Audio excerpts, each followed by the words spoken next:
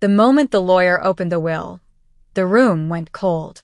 I was still trying to process the pain of losing my grandfather when my mother stood up, placed a firm hand on her husband's arm, and declared with calm certainty, "From now on, Arthur will run the company." I blinked in disbelief. Arthur? My stepfather? The man she had married less than a year ago?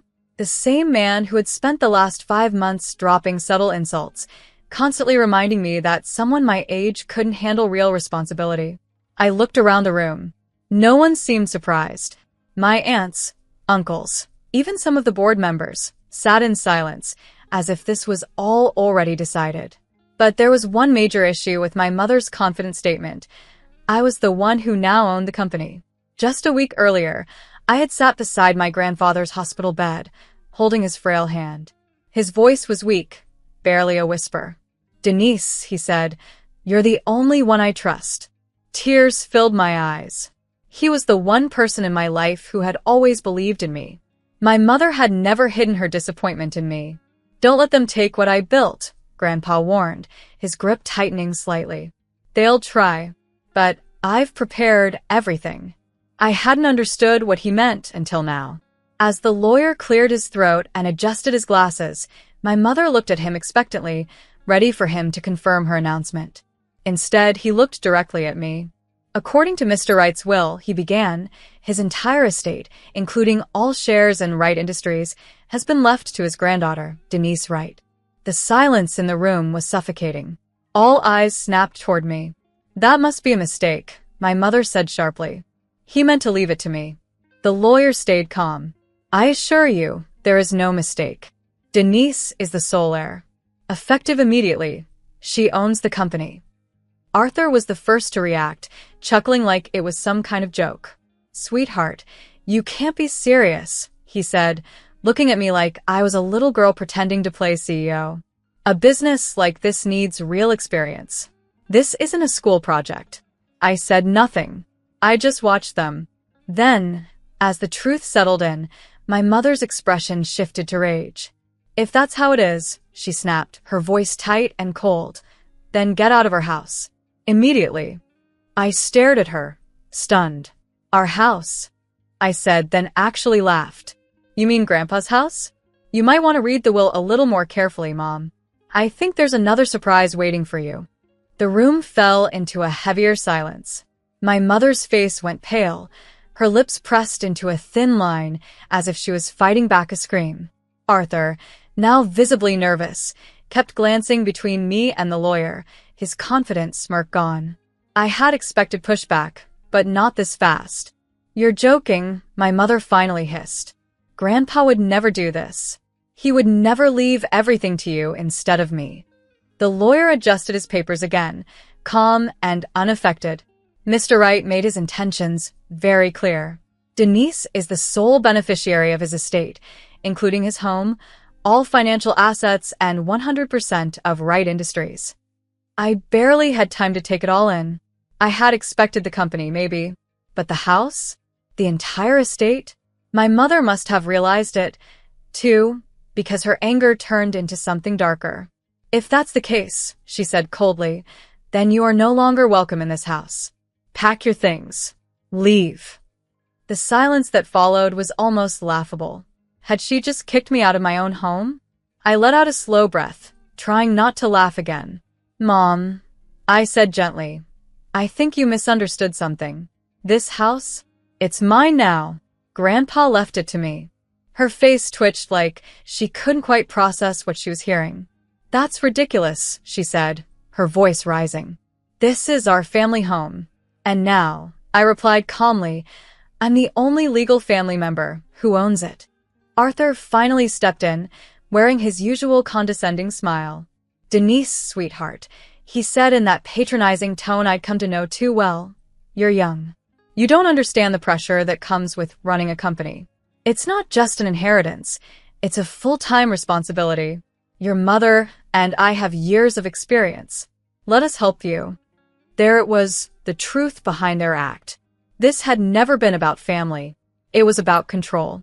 They had assumed the company would go to my mother, and she'd quietly hand it over to Arthur. That was the plan. But instead, Grandpa gave it all to me. And now, I was the only one standing in their way. I folded my arms and met his gaze, without blinking. "Let me get this straight," I said. "The moment you both realized you weren't getting the company, Mom tried to kick me out of my own house. And now you're saying I should trust you to run everything? You think I'm that naive?" Arthur's smile faltered, but he kept it plastered on. "That's not what I meant," he said, forcing a chuckle. "I just think—" "No," I cut him off. "I think I understand perfectly. You both expected Grandpa to hand everything to Mom. You were already planning your takeover. But he saw right through you. That's why he left it all to me." My mother slammed her hand on the table, her expression shifting from furious to desperate. "You don't know what you're doing," she snapped. "This is a billion-dollar business. You can't run it just because you got lucky in a will." The lawyer, who had been silently watching, cleared his throat. "Actually," he said, "Mr. Wright anticipated this. He made arrangements to ensure a smooth transition for Denise." My mother turned to him, eyes narrowed. "What kind of arrangements?" The lawyer adjusted his glasses. "Mr. Wright appointed a team of trusted advisors. They'll help guide Denise as she steps into her role as CEO. The board has already been informed. All legal documents have been finalized." A wave of relief swept through me. Grandpa had known. He'd expected them to challenge his decision, to try and manipulate me. So, he made sure I wouldn't face it alone. Arthur's expression turned dark, the mask slipping from his face. He leaned toward my mother and muttered under his breath, but I still heard him. "We can fight this." But the lawyer shook his head firmly. "You cannot. The will is airtight.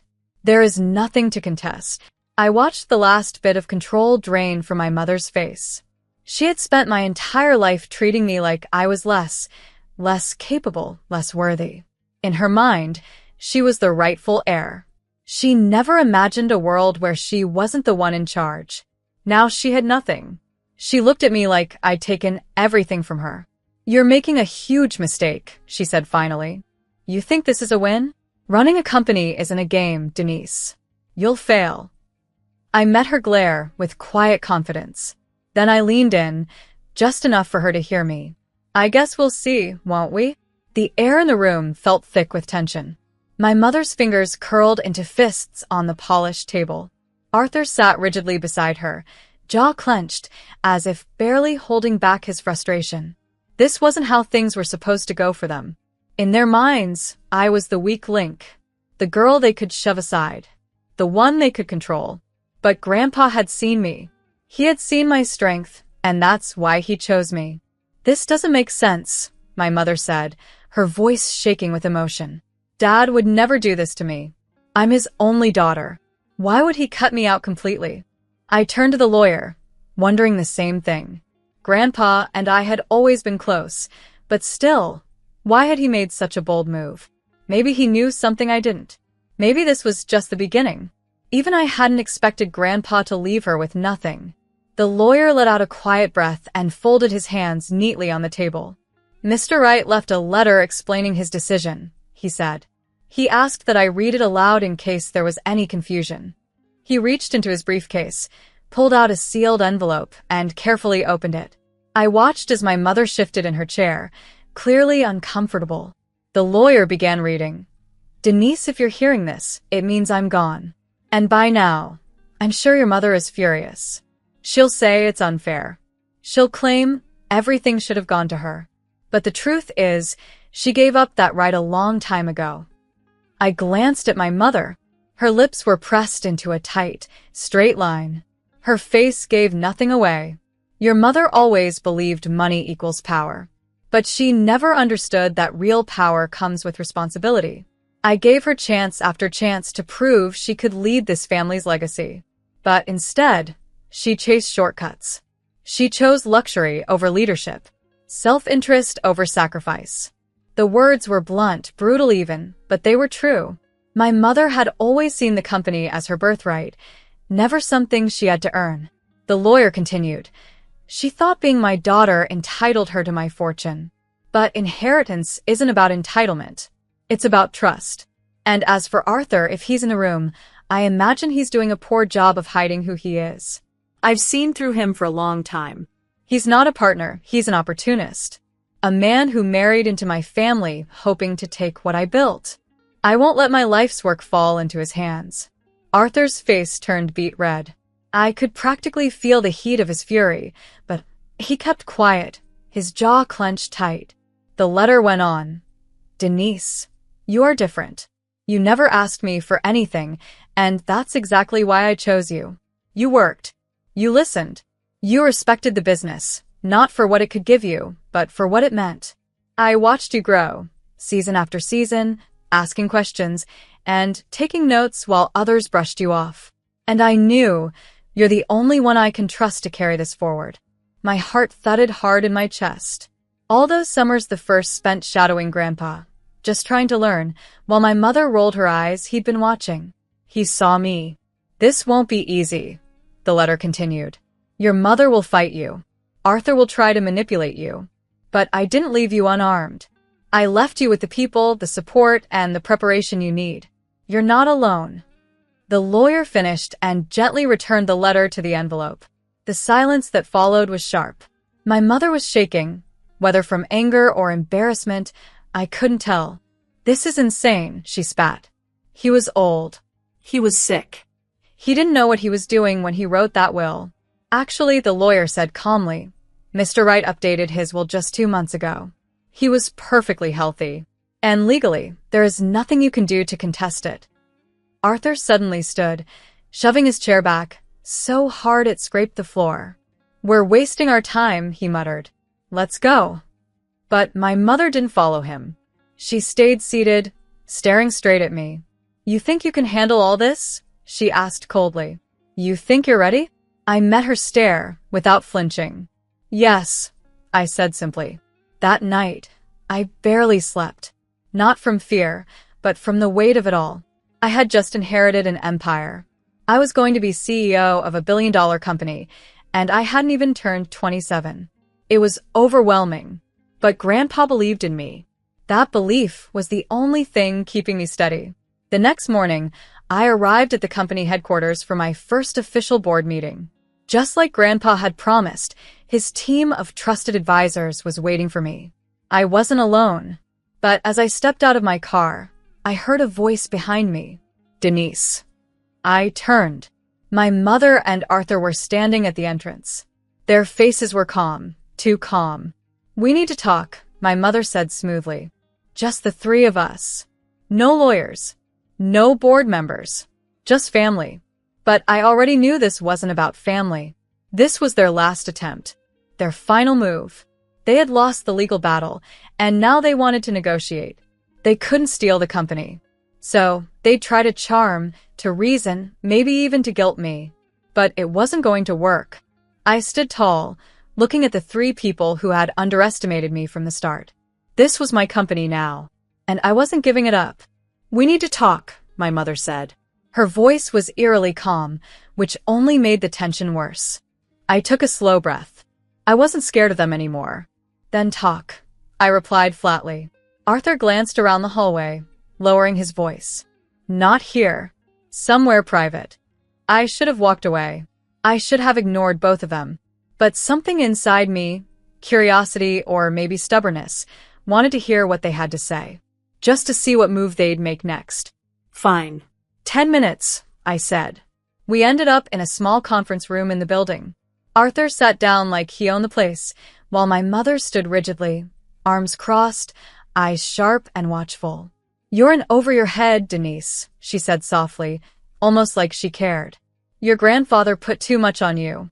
It's not fair to expect you to run a billion-dollar company at your age. I smirked.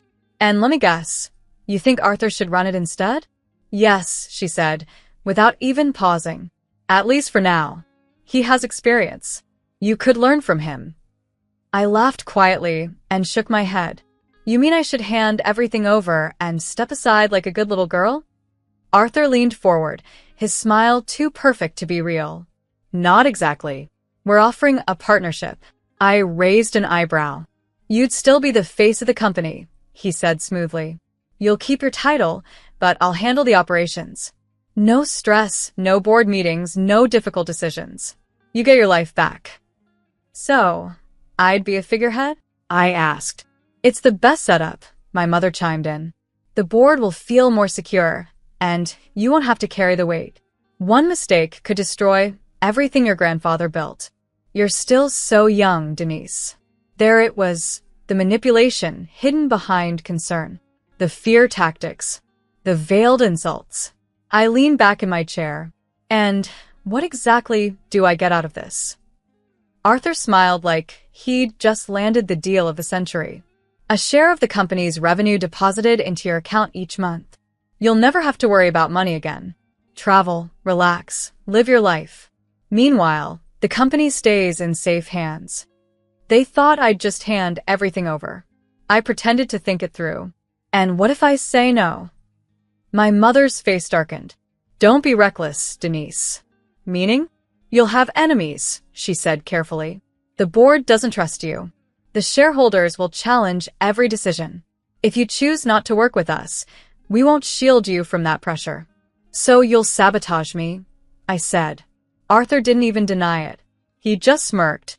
I stood up slowly. Thanks for the offer, I said, but I'll take my chances. My mother jumped up. Denise, don't do this. I turned to leave, but she grabbed my wrist. Her voice dropped to a hiss. Do you think you can win? You don't understand how this world works. Do you think your grandfather helped you by giving you the company? No, he put a target on your back. The board will devour you. Investors will bury you. You need us. I looked at her, quiet but firm. No, Mom. I needed you when I was a kid. I needed you to believe in me, but you never did. You wanted me to fail just so you could take what wasn't yours. She flinched just barely. Arthur stood too, his patience worn thin. You're making a huge mistake, Denise. Don't come running to us when it all crashes down. I smiled. I won't. Then I walked out, leaving them behind. For good. But I knew it wasn't over. The moment I stepped away from them, I could feel it. They wouldn't let go so easily. And I was right. 4 days later, I walked into my first board meeting as CEO, ready for resistance. But I wasn't prepared for what was waiting. The air shifted the second I took my seat at the head of the long mahogany table. The board members, mostly older men who had been with my grandfather for decades, watched me with thinly veiled doubt. Before I could even say hello, one of them, Mr. Baker, leaned forward. Denise, before we start, he said, his voice clipped, I think we need to talk about the obvious. I set my hands on the table. And what would that be? He exchanged glances with the others as if silently asking for backup. Your grandfather was a great man. But let's face it, he made a rash decision naming you as successor. You don't have the background. You don't have the experience. And frankly, he didn't need to finish the sentence. I already knew what he was going to say. They all thought the same thing. But they were about to find out. I wasn't here to play by their rules. I was here to rewrite them. We're concerned, someone said. I kept my face calm. I knew this was coming, but hearing it out loud still stung. Concerned about what? I asked. Your ability to lead. Mr. Carter glanced at his phone and sighed. The media's already spinning this. Headlines aren't kind. I checked my phone. The articles were brutal. Right empire in rookie hands. 27-year-old CEO? Bad move. Investors losing faith. My heart pounded, but I stayed calm. This wasn't random, it was planned. And I had a feeling who was behind it. Back in my office, I listened to the PR team's frantic messages. The media storm is spreading. Stocks dipped. We think someone inside leaked damaging info. The board is talking about replacing you. So it was true. A leadership vote was coming. A quiet coup. Arthur and my mother wanted me out. I should have panicked. Instead, I smiled. I called the one person who could help. Vincent Roberts, my grandfather's trusted partner, a business genius, and someone who hated them both. I was wondering when you'd call, he said. I need your help. Then let's remind them why your grandfather chose you. That night, we built a plan. Get investors on my side. Do a powerful interview. Expose who leaked the lies. By morning, the headlines shifted. CEO fights back. Interview tonight. Corporate sabotage suspected. I wasn't safe yet, but now I was ready. Let them come. I wouldn't go down without a war. I had to be ready. The morning of the board vote had arrived. I stood outside Wright Industries, staring up at the glass tower that now belonged to me. This day would decide everything. Either I would prove my grandfather made the right choice, or I'd be pushed out before I even got a chance to lead. One thing was certain: Arthur and my mother wouldn't fight fair. Inside the boardroom, every seat was filled. These were powerful people. Most had worked with my grandfather for years. At the head sat Mr. Baker, the same man who had openly questioned me days earlier. We'll begin with a vote, he announced. Concerns have been raised about Denise Wright's leadership. An alternative plan will now be presented. Right on cue, the doors opened. Arthur and my mother walked in like they owned the place. Arthur cleared his throat and gave the room a rehearsed smile. Let's be honest, he began. Running this company takes experience. As much as we respect Denise, he shot me a fake smile. We need someone with real leadership. That's why I'm offering to step in as CEO. Denise can stay involved as the public face. He sat down like the decision was already made. I let the silence sit for a moment before I spoke. Funny, Arthur, I said calmly, because I remember you saying something completely different in private. His face twitched. Excuse me? I nodded at Vincent, who sat beside me. He placed a folder on the table and slid it across to the board. In the past week, I continued, Arthur and my mother worked behind the scenes to sabotage my leadership. But it wasn't just media leaks. They tried to weaken the company from within. The board members opened the folder. Inside were emails, texts, and call records, proof that Arthur had contacted competitors, trying to strike deals that would hurt Wright's market standing. Mr. Baker frowned deeply. What is this? Proof, Vincent said, calm and confident. Proof that Arthur was working against the company while pretending to protect it. Arthur's face turned pale. This is a setup. You can't prove. We can. I cut in. The media leaks? They came from a private email registered to Arthur. The room erupted in whispers. My mother stood up, her voice sharp. Enough, Denise. This is ridiculous. You're scared, so you're twisting things to make him look bad. I gave her a quiet smile. I don't need to twist anything, Mom. He did that all on his own. Before she could reply, Mr. Baker slammed his hand on the table. That's enough, he said coldly. He looked at Arthur with pure disappointment. You were secretly working against us. That alone makes you unfit for leadership. Arthur went pale. For the first time, he realized he had lost. Let's vote, Mr. Baker said. One by one, the board members raised their hands. All in my favor. Unanimous. It was done. I was officially the CEO of Wright Industries. I let out a breath I'd been holding for weeks. Security escorted Arthur out of the building. My mother followed, her face red with shame. You'll regret this, Denise, she hissed on her way out. I didn't answer, because I wouldn't. I had finally seen the truth, and the only thing I truly regretted was trusting her for as long as I did. Later that evening, Vincent walked into my office with a satisfied smirk on his face. You did good, kid, he said, nodding with approval. Your grandfather would be proud. I smiled, feeling the weight of the moment. Thanks, Vincent, for everything. He waved it off casually and stretched. Don't mention it. Now go celebrate. You've earned it. A year passed and everything had changed. I was no longer the unsure girl stepping into a role too big for her. I was the leader of Wright Industries. Standing at a podium before a packed crowd, I took a deep breath and began to speak. When my grandfather chose me to take over the company, a lot of people doubted me, I said. They thought I was too young, too inexperienced. I glanced down at the business magazine resting on the stand beside me. The bold headline read, Denise Wright, the CEO who proved them all wrong. They didn't understand, I continued, that success doesn't depend on age. It comes from preparation, hard work, and the strength to keep going, even when the world expects you to fail. The audience erupted in applause. I smiled, not just because I had succeeded, but because I had written my own story.